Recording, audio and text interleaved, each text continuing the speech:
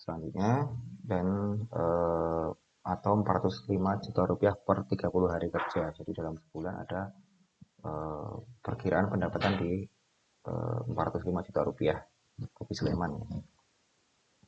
Nah, ternyata tapi dari tadi data yang kita dapatkan di Jogja Prof, kita compare juga dengan data dari Tribun News Jogja, ternyata bahwa yang dikirimkan ke Cilacap adalah 30 ton RDF.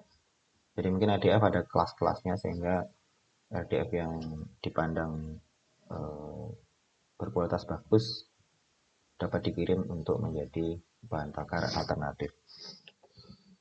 Keunggulan RDF yang pertama, bahan bakar alternatif pendamping bahan bakar fosil, termasuk ketika terjadi kondisi stok bahan bakar fosil mulai menipis atau langka. Jadi RDF ini, pellet RDF tadi maksudnya, itu adalah bahan bakar alternatif untuk menggantikan misalnya batu bara atau mungkin minyak bumi atau yang lain. Sehingga ketika suatu saat terjadi kondisi di mana bahan bakar fosil mulai langka atau bahan bakar fosil ini harganya mahal, maka RDF ini bisa dipakai sebagai sumber bahan bakar alternatif. Terus yang kedua, mengurangi emisi gas rumah kaca. Tadi kita juga sudah bahas di bagian awal bahwa efek gas rumah kaca dari pembusukan sampah itu didapat dari proses landfill sampah. Jika diolah berarti proses untuk penciptaan gas rumah kaca itu sendiri dapat dikurangi. Terus yang ketiga, keberlanjutan lingkungan, karena lebih apa ya namanya, lebih safe untuk lingkungan dibanding yang tadi dibakar yang menghasilkan asap. RDF ini lebih ramah lingkungan. Terus yang keempat, variasi produk lebih banyak termasuk dari maggot. Jadi karena biasanya di RDF ini sampahnya dipilah, yang bisa jadi RDF maka dia akan jadi RDF, yang lain sampah yang bisa diolah misalnya sampah organik maka bisa diolah lebih lanjut untuk menjadi maggot. Emisi lebih kecil karena tidak ada pembakaran sampah.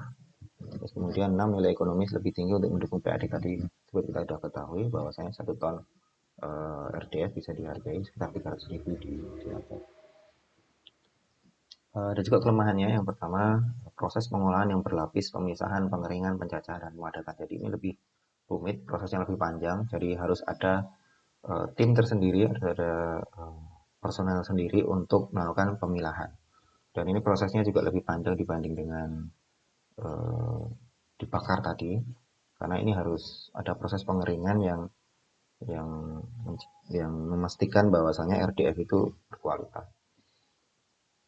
Nah, 2, yaitu pemisahan dan pemilahan dilakukan secara lebih teliti dibanding insinerator. Jadi kuncinya RDF ini ada di pemisahan. Benar-benar harus teliti, benar-benar harus mempekerjakan orang banyak sehingga itu menambah juga biaya ya. Ketika proses lebih lama dibanding insinerator karena ada proses pengeringan yang benar-benar harus kering sehingga butuh waktu yang lebih lama. Beberapa sumber di YouTube itu bisa menyebutkan bahwa proses pengeringan itu hingga sampai 21 hari. Sehingga sampah yang dengan insinerator itu bisa dibakar misalnya dalam satu hari, di sini di RDF ini butuh 21 hari untuk satu proses pengeringan saja. Jadi mungkin totalnya secara secara satu paket full penanggulangan sampah 20 ton atau apa itu akan membutuhkan waktu sekitar 1 bulan. Jadi itu dalam hal waktu saya rasa kurang praktis. Terus yang keempat, kualitas RDF beragam tergantung mesin, jenis sampah yang diolah. Jadi RDF pellet itu akan punya kualitas tersendiri ketika materi jenis sampahnya ini berbeda-beda. Jadi kualitas pembakarannya mungkin akan sedikit berbeda tergantung sampah yang diolah. Terus kemudian yang kelima, potensi kontaminasi racun dari sampah. Jadi tadi kalau di insinerator langsung dibakar, di sampah medis misalnya, kalau di RDF ini kemungkinan sampah itu masih ada di sampah medis itu misalnya masih di dalam sampah. Beberapa proyek besar ya misalnya yang sudah berjalan Kalau tadi kita bicara tentang insenerator dan RDF, kita bisa lihat di daerah yang lain. Yang pertama itu PLT sampah Putri Cempung Mojosongo Solo. Jadi ini yang eh, cukup viral gitu. Bagaimana mereka mengolah sampah?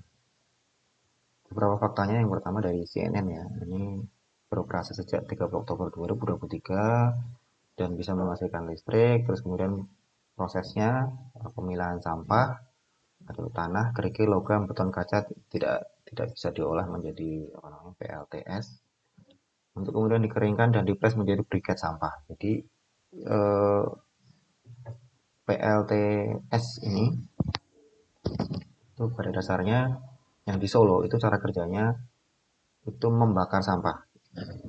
Bahasanya bukan membakar sih, memanaskan sampah. Jadi eh, sampah yang sudah dikumpulkan dipilah, diambil yang tidak bisa dibakar, dipanaskan. Misalnya tanah, kerikil, logam, beton, kaca. Terus kemudian dikeringkan dan dipres untuk menjadi briket. Ini mirip dengan apa namanya? Mirip dengan RDF, tapi saya rasa prosesnya tidak akan ini apa ya, seketat RDF. Jadi ini proses pressingnya lebih longgar, terutama dalam hal level kekeringan. Briket selanjutnya dipanaskan hingga tercipta gas sintetik yang selanjutnya dimanfaatkan untuk memutar turbin. Jadi pada akhirnya si briket ini ketika dipanaskan kemudian akan ada gas sintetik atau mungkin seperti kalau kita bayangan gampangnya adalah asap juga akhirnya. Jadi kayak ada apa namanya aliran udara gitu. Nah, aliran udara dari hasil pemanasan sampah ini kemudian bisa dipakai untuk memutar turbin. Ini jadi seperti insenerator juga, bahan bakarnya pakai RDF. Terus kemudian hasil dari pemanasan ini bahasanya dipanaskan bukan dibakar, tapi cara kerjanya mirip juga. Itu dipakai untuk memutar turbin. Nah, turbin ini bisa menghasilkan listrik. PLTS ini eh, bisa diwujudkan gitu dengan investasi 300 miliar dengan PIP 9 tahun. Artinya eh, ini bisa dilakukan dalam bentuk seperti insenerator tapi ukurannya besar sehingga cukup kuat untuk memutar turbin. Dan dengan investasi 300 miliar ini saya rasa untuk pemerintah daerah kabupaten kota akan cukup berat. Terus bagaimana rekomendasinya? Eh, Beberapa kriteria misalnya dalam kelebihan, kondisi, dan rekomendasi ini saya ketengahkan. Yang pertama RDF dalam hal kelebihan berbanding insinerator ya, menghasilkan bahan bakar alternatif, konsep aplikasi konsep 3R lebih mudah dan emisi lebih rendah.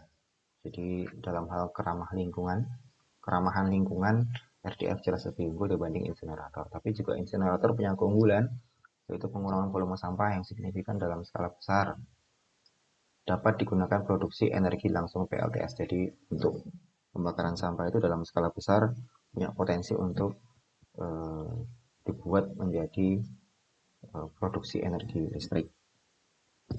Tapi sekali lagi itu investasi yang butuh sangat besar dan isu lingkungan ya bahasanya itu. Terus kemudian dalam hal faktor kondisi, RDF memerlukan investasi dalam infrastruktur pemilahan dan kolaborasi dengan industri pengguna RDF. Jadi tantangan RDF itu adalah selain investasinya ya, adalah mencari buyer. Jadi eh, harus ada kerjasama dengan buyer. Dan itu ketika pemerintah daerah sudah menetapkan RDF, pengelolaan sampah dengan RDF, maka pemerintah daerah harus punya kontrak jangka panjang dengan pengguna RDF. Nah, itu mungkin walaupun secara potensi banyak ya, tapi mungkin tidak mudah didapatkan. Jadi misalnya ada pabrik pembangkit listrik, misalnya pabrik listrik energi plant, terus kemudian ada yang di Cilacap tadi itu semen, terus kemudian eh, industri-industri lain yang menggunakan apa namanya menggunakan pembakaran sebagai inti usahanya bisa menggunakan RDF dengan kualitas tertentu ya, yang mungkin pemerintah daerah harus bisa menjaga kualitas tersebut. Tantangannya adalah mencari bayarnya. Terus kemudian dari insenerator, Memerlukan teknologi pengolahan gas buang untuk meminimalkan emisi pembakaran. Cocok jika ada kebutuhan mendesak untuk pengolahan volume sampah. Jadi insenerator ini butuh suatu teknologi khusus, gitu, teknologi yang lebih canggih gitu, untuk memastikan bahwasanya emisi gas buangannya tidak membahayakan lingkungan.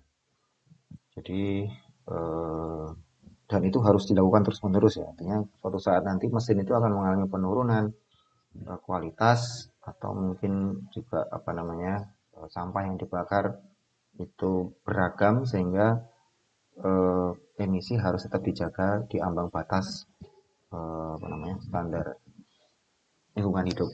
Kemudian insinerator juga punya keunggulan dalam hal kebutuhan mendesak untuk pengurangan volume sampah. Jadi kemampuannya menghabiskan sampah, membakar sampah itu menjadi nilai plus insinerator sehingga permasalahan sampah itu bisa segera diatasi dengan cepat, terutama dalam hal kebutuhan mendesak. Terus kemudian rekomendasi seperti apa untuk DIY ya? RDF itu dianggap cocok jika ada dukungan industri yang dapat memanfaatkan bahan bakar RDF, kepentingan PAD dan kepentingan keberlanjutan lingkungan. Jadi jika memang pemerintah daerah itu punya mitra untuk pemanfaatan pelet RDF tadi, terus juga ada kepentingan untuk PAD, jadi walaupun ini sampah tapi bisa dihasilkan PAD, dan kepentingan keberlanjutan lingkungan dalam hal ramah lingkungan, maka RDF adalah pilihan yang paling bagus. Sedangkan jika pemerintah daerah punya kebutuhan yang mendesak untuk penanggulangan sampah, maka insinerator menjadi solusi. Meskipun dengan biaya dan pengelolaan lingkungan yang lebih ketat, khususnya emisi standar sesuai standar lingkungan hidup. Jadi insinerator untuk lebih cepat menanggulangi sampah atau yang istilahnya lebih ramah lingkungan dan itu secara politis juga lebih bagus, itu RDF eh, dapat menjadi solusi.